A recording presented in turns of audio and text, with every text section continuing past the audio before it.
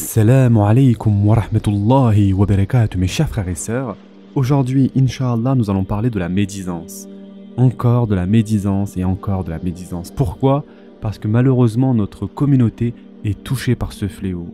On a l'impression que c'est quelque chose de pas très grave. On a l'impression que c'est quelque chose qui n'a pas d'importance. Mes chers frères et sœurs, Allah Azza wa Jal dit dans le Coran: ô vous qui avez cru, évitez de trop conjecturer sur autrui, car une partie des conjectures est péché. Et n'espionnez pas, et ne médisez pas les uns des autres. L'un de vous aimerait-il manger la chair de son frère mort? Non, vous en aurez horreur. Et craignez Allah, car Allah est grand accueillant au repentir, très miséricordieux. Surat al-Hujurat, verset 12. Mes chers frères et sœurs, parmi les devoirs qui incombent à toute personne responsable, il y a celui de préserver sa langue de ce que Allah Azza wa Jal a interdit de dire. Car la langue, comme l'a dit l'imam Al-Ghazali, qu'Allah Azza wa Jal lui fasse miséricorde, est un bienfait éminent. Son volume est petit, mais son crime est grand. C'est-à-dire que la langue est un organe de petite taille, pourtant beaucoup de péchés sont commis par la langue parce que la parole est l'acte que l'être humain accomplit le plus souvent et facilement. Il est donc indispensable de contrôler la langue.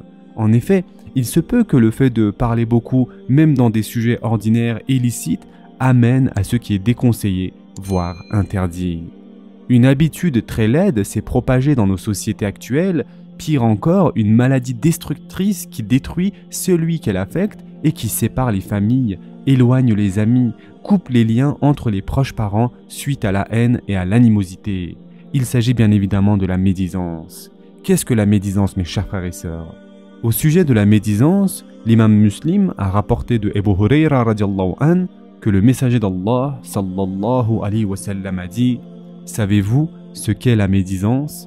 Ils ont dit: Allah sait plus que tout autre et son messager sait. Le prophète sallallahu alayhi wa sallam a dit: que tu mentionnes ton frère par quelque chose qu'il déteste.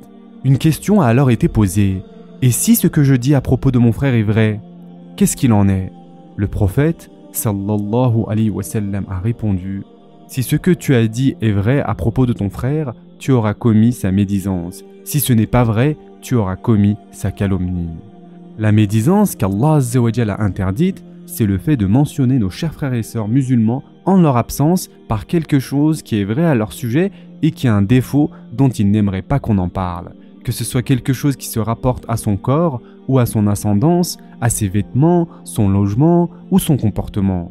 Comme si tu disais: un tel est petit, ou il est gros, il est louche, ou un tel a un sale caractère, ou il n'est pas bien éduqué, ou il mange beaucoup, ou un tel ses enfants sont mal éduqués, toutes ces choses-là en sachant qu'il n'aimerait pas qu'on le dise. Quant à la calomnie, c'est ce que l'on mentionne de nos chers frères et sœurs par ce qui n'est pas vrai à leur sujet et qu'ils détesteraient qu'on lui dise. Le péché de la calomnie est plus grave que le péché de la médisance parce qu'il comporte un mensonge. Sachez, mes chers frères et sœurs, qu'Allah Azza wa Jal, comme nous l'avons vu, dit dans le Coran: ô vous qui avez cru, évitez de trop conjecturer sur autrui, car une partie des conjectures est péché, et n'espionnez pas et ne médisez pas les uns des autres. L'un de vous aimerait-il manger la chair de son frère mort? Non, vous en aurez horreur. Et craignez Allah, car Allah est grand accueillant au repentir, très miséricordieux. Surat al-Hujurat, verset 12. En effet, mes chers frères et sœurs, Allah Azza wa Jal a comparé la médisance sur un croyant au fait de consommer sa chair quand il est mort, et ceci suffit amplement comme exhortation pour éviter de tomber dans ce péché abject.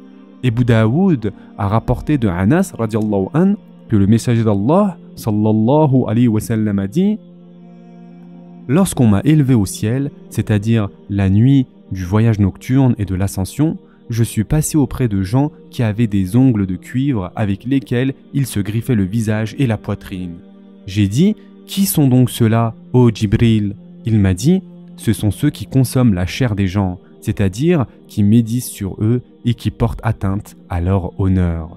Et ce hadith a été rapporté par Abu Daoud. Il y a en cela une mise en garde contre la médisance, afin de se garder de ce que cela entraîne comme punition dans l'au-delà. C'est une ignorance laide, mes chers frères et sœurs, lorsque certains disent, quand on leur dit de ne pas faire la médisance sur un musulman, je suis capable de lui dire en face. Voilà leur réponse. Ces gens-là n'ont pas compris le sens de la médisance que le messager d'Allah, sallallahu alayhi wa sallam, a indiqué par sa parole, c'est que tu mentionnes ton frère par quelque chose qu'il détesterait qu'on dise de lui. Il y a également la parole de certains qui disent, lorsque tu leur interdis de faire la médisance, mais moi, je ne fais que dire la vérité sur lui. Celui-là non plus n'a pas compris la parole du messager d'Allah, sallallahu alayhi wa sallam, quand on lui avait dit, vois-tu, si je dis à propos de mon frère cela et que c'est vrai, et le prophète sallallahu alayhi wa sallam a répondu, si ce que tu dis est vrai à son propos, tu auras commis la médisance sur lui. Sachez, mes chers frères et sœurs, que tout comme il est interdit de dire la médisance, il est interdit de l'écouter également. Celui qui assiste à une assemblée où les personnes s'occupent à faire la médisance et à porter atteinte à l'honneur des gens, c'est un devoir de le réprouver. Et si on n'en est pas capable, alors c'est un devoir de quitter l'assemblée dans laquelle il y a la médisance, si on peut la quitter, en la reniant par son cœur pour se sauver soi-même du péché. Et il y a dans le fait de défendre l'honneur d'un musulman une récompense qui n'est pas négligeable.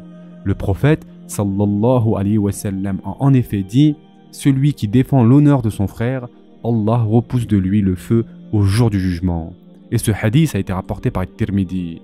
Et que l'on sache, mes chers frères et sœurs, que la médisance est parfois permise et même parfois obligatoire. Elle est obligatoire par exemple pour mettre en garde conformément à la loi contre un grand pécheur dans ses pratiques ou qui fait preuve de mauvaise innovation dans la croyance, même si son innovation n'arrive pas jusqu'à la mécréance. C'est un devoir de mettre en garde ainsi contre un commerçant qui trompe les gens dans ses transactions, tout comme cela a été rapporté de Abu Hurayra radiallahu an lorsque le messager d'Allah, sallallahu alayhi wa sallam, était passé devant un tas de blé. Il avait introduit sa main dedans et avait trouvé que c'était humide à l'intérieur. Il a alors dit, sallallahu alayhi wa sallam, qu'est-ce donc, ô propriétaire de cette nourriture? Il lui avait répondu, la pluie est tombée dessus, ô messager d'Allah. Il lui a alors dit, pourquoi ne le mets-tu donc pas en évidence pour que les gens le voient? Celui qui trompe n'est pas des miens.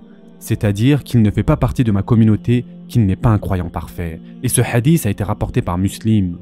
Il est d'un devoir également, mes chers frères et sœurs, de mettre en garde le patron d'une entreprise contre son employé qui le trahit. Qu'on ne dise pas, comme le disent certains ignorants qui veulent se trouver un prétexte pour ne pas le faire, cela revient à lui couper les vivres, mais de quoi va-t-il vivre? Ces gens-là préfèrent prendre en compte l'intérêt du serviteur plutôt que la loi d'Allah Azza wa Jal.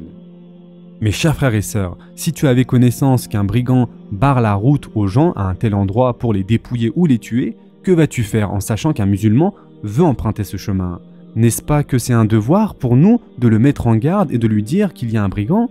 Ou alors, allons-nous nous taire en sachant qu'en nous taisant, cela lui causera du tort et que si on lui avait donné le conseil, il l'accepterait pleinement? Bien sûr que c'est un devoir pour nous de le mettre en garde et de l'avertir, car si on ne le fait pas, nous sommes dans le péché et nous sommes désobéissants. Il en est de même si nous avons pris connaissance que quelqu'un prétend la science et se met en avant pour enseigner dans des assemblées d'enseignement au titre de la religion en disant des paroles contraires au livre d'Allah Azza wa Jal ou à la sunna de son prophète sallallahu alayhi wa sallam. Surtout si les gens se sont attroupés autour de lui pour le magnifier ou pour prendre de lui tout ce qu'il dit, même si c'est contraire à la loi d'Allah Azza wa Jal. Est-ce que l'on va se taire alors qu'on est capable de l'empêcher et de mettre en garde les gens contre lui? On ne pourra pas. Il est un devoir pour nous de donner le conseil et de mettre en garde. La mise en garde contre ce qui fait entrer en enfer dans l'au-delà est prioritaire sur la mise en garde contre les brigands dont la nuisance ne va pas dépasser ce bas monde. Cependant, mes chers frères et sœurs, faites attention, sur YouTube, nous trouvons des mises en garde sur n'importe qui. Yani, selon le courant de pensée, selon la philosophie de pensée de certaines personnes, on va attaquer telle personne. Et donc, mes chers frères et sœurs, faites très attention à ces mises en garde qui ne sont pas forcément des vraies mises en garde, mais surtout un moyen de politiser l'islam, mes chers frères et sœurs. Et à cause de ces personnes qui font des mises en garde contre n'importe qui, les gens ne savent plus qui écouter.